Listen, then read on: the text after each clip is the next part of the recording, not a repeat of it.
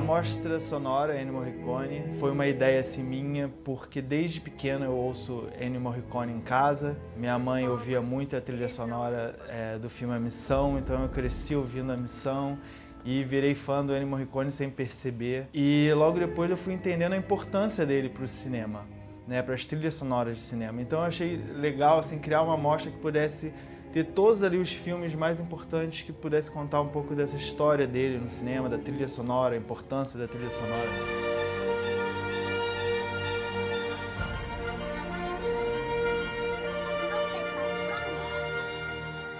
Então, na mostra vão ser 22 filmes no total, 22 longas-metragens de diferentes países, mas basicamente Itália e Estados Unidos. O Ennio, ele é importante porque ele foi muito inovador lá na década de 60, com os filmes do Sergio Leone, a trilogia dos dólares, que ali ele começou a fazer uma experimentação nessas trilhas sonoras para filmes de Velho Oeste, né, com essa temática e tal, e que ele começou assim, pegar a música erudita e trabalhar um pouco com a música pop, que seria composições mais curtas, com instrumentos não típicos de orquestra, e também um pouco do movimento da música concreta, pegar sons de objetos que não são instrumentos, né? Que a música concreta meio que trabalha com barulho de martelo, uma serra, serrando alguma coisa. Ele também começou a colocar na própria trilha elementos do próprio filme, assim. Isso era muito inovador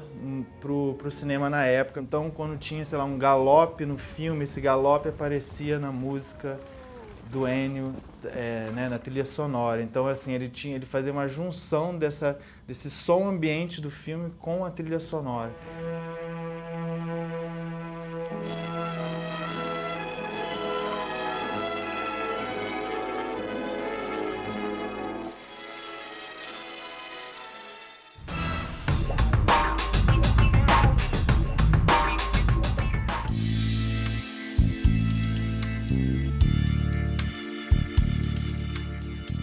Bom, o Torquato Essencial é exatamente isso que o título diz, é uma seleção de textos considerados essenciais do Torquato Neto. E eu enfatizei a poesia, o texto poético, está praticamente a poesia completa dele, com mais uma seleção de alguns textos de juventude, porque para o Torquato Neto a palavra poética era uma espécie de matriz, de núcleo de toda a criação.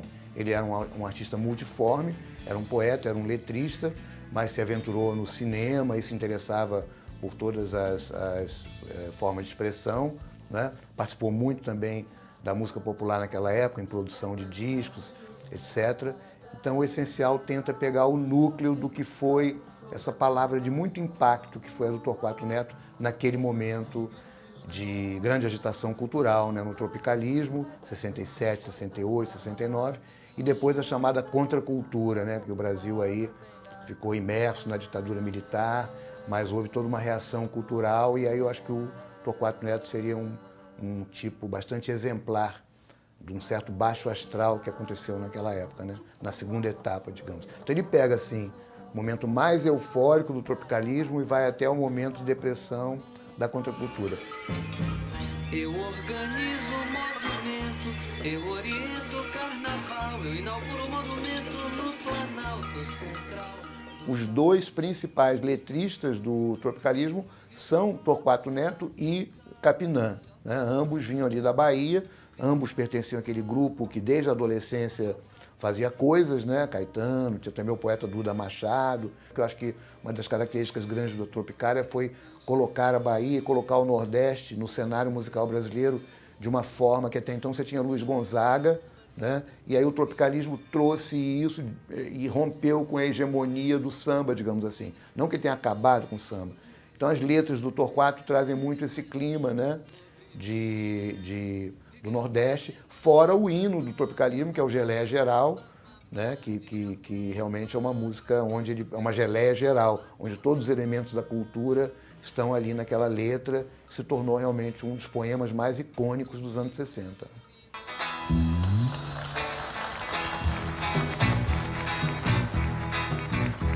Um poeta desfolha a bandeira e a manhã tropical se inicia. Resplandente, cadente, fagueira, num calor girassol com alegria, na geleia geral brasileira que o Jornal do Brasil anuncia. Eu acho que o Torquato, sobretudo, é uma referência forte, né? Que tipo de referência?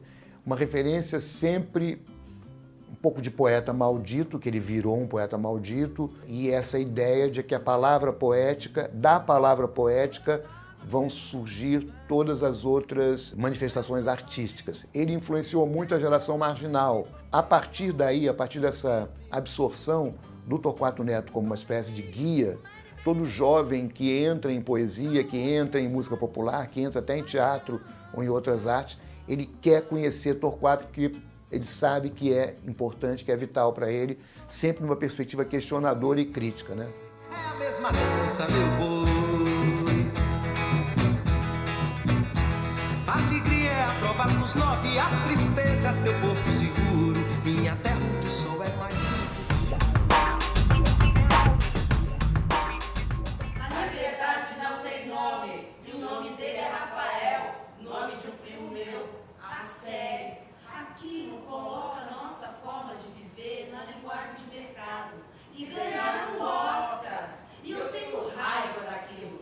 Mas me interessa furar a tortura simbólica das imagens que não deixam a nossa imagem viver plenamente. É uma peça que fala a partir do lugar singular de cada um das atrizes, atores, intérpretes, criadores da peça, sobre questões relacionadas à convivência de diferenças, ao racismo, a perspectivas vibrantes da negritude. A gente parte da ideia da Conferência de uma Mulher Negra como uma referência de uma realidade comum que a gente vive, para, a partir daí, criar algo através da linguagem teatral. Uma peça de teatro, a gente não está ali para explicar nada para ninguém. A gente está ali para, de alguma forma, através de estratégias dessa linguagem, do nosso estudo com essa linguagem, criar uma experiência coletiva com o público num determinado tempo do dia. Eu olho nos olhos dela profundamente e durante muito tempo. I look into her eyes for a long time.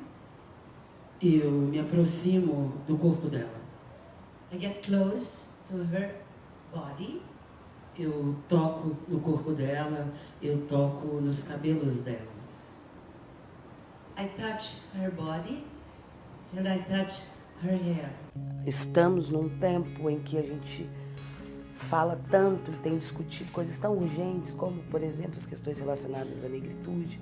E mesmo assim, o espaço que existe no teatro, inclusive, né, para os artistas negros, e claro, em outras áreas também da nossa sociedade, é muito pequeno, né, muito limitado. É engraçado que sempre que, ou muitas vezes que vai se falar sobre questões relacionadas ao racismo, outra é colocada no lugar. E eu acho isso sintomático. Existe, sobretudo das pessoas que não são negras, uma necessidade de encontrar uma correspondência na sua própria vida para ter uma dimensão do que significa, por exemplo, o racismo. Desculpa! Odeio ficar atrasado, cabeleireiro insistente, coisa ruim, coisa pra ficar bater, escrever. Um grupo bateu aqui no meu rosto, aquela revista. Eu também sabia que hoje aqui não vai ser fácil. E você sabe, né? O corpo não é bobo, maneira, fica se desculpando, né?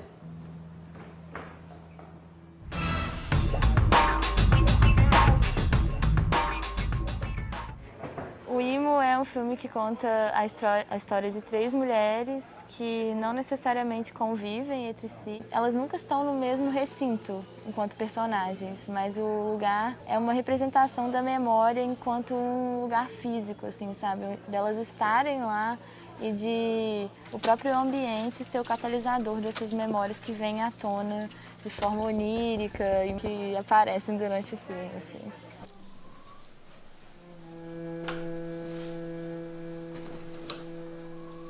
Imo é uma palavra que significa íntimo, o mais profundo que tem de dentro da gente.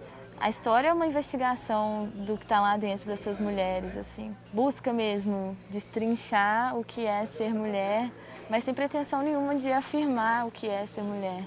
Só de se sentir mulher e de se colocar mulher.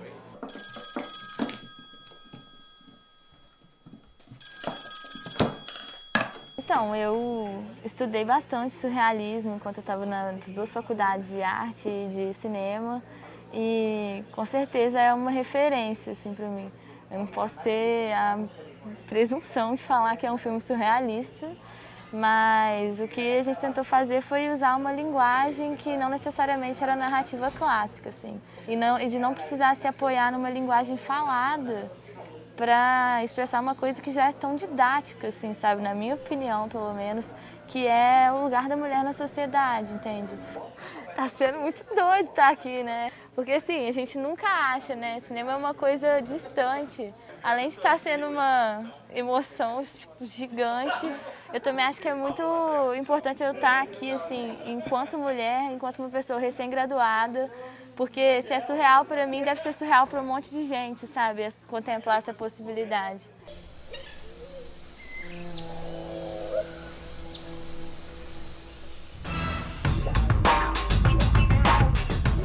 Nunca mais vou me falar.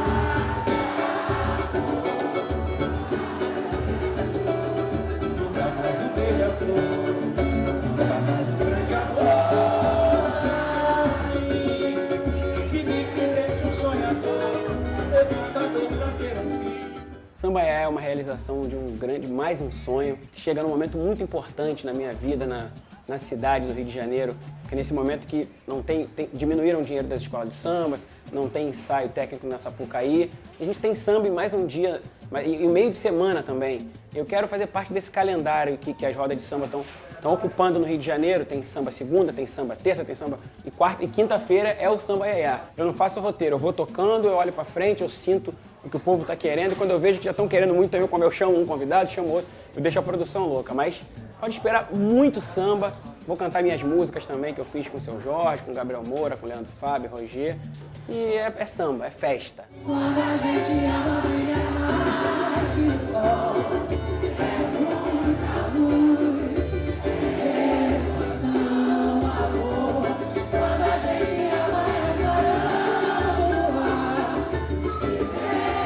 E abençoar o nosso amor. Pretinho é um irmão que eu ganhei, que a vida me deu. Então é um dia a gente estava almoçando, falando de um monte de coisa, e ele me falou desse projeto, que ele tem uma preocupação, digamos assim, uma vontade que ele tinha de ter uma roda de mulher, assim, né, para mulheres, com esse ambiente seguro, tranquilo, pensando nisso. Acho que quanto mais espaço para o samba a gente tiver, quanto mais roda a gente tiver, melhor. O repertório está muito festivo, mas ao mesmo tempo tem umas coisas... tem, por exemplo, o Samba de 1 Minuto, que é uma música do meu repertório que é mais introspectiva, mas que a gente sabe que o público vai cantar. Então a gente escolheu um repertório muito pensando no público, pensando no que o público gostaria de ouvir, para que fosse uma noite catártica. Aí ela vai querer, eu tô decidindo samba. Aí ela vai querer, eu vou na ciranda de linha. Você já se sente privilegiado, já se sente premiado por uma pessoa tão profissional como o Pretinho da Serrinha, convidar para um projeto, para estar junto com ele, né, poder fortalecer mais o nosso segmento. Ainda bem que tem muitas pessoas, alguns jovens que estão olhando isso, estão vendo com o maior carinho. Eu mesmo sou uma pessoa que eu canto por aí e fico até admirado, porque eu canto samba Tem um samba que eu já fiz junto com o JB, que tem 50 anos já o samba. E a gente abre a boca para cantar, o pessoal, é imediato. É uma identificação como se a música tivesse sido gravada agora. Lá, lá, ya, lá, ya, lá, ya, lá, ya, lá, ya, lá, ya, lá, ya. Malandro, eu ando querendo falar com você. Isso é um prazer, né? Então, só nos juntarmos num pedido como esse do Pretinho, para a gente continuar seguindo a nossa estrada, nada demais.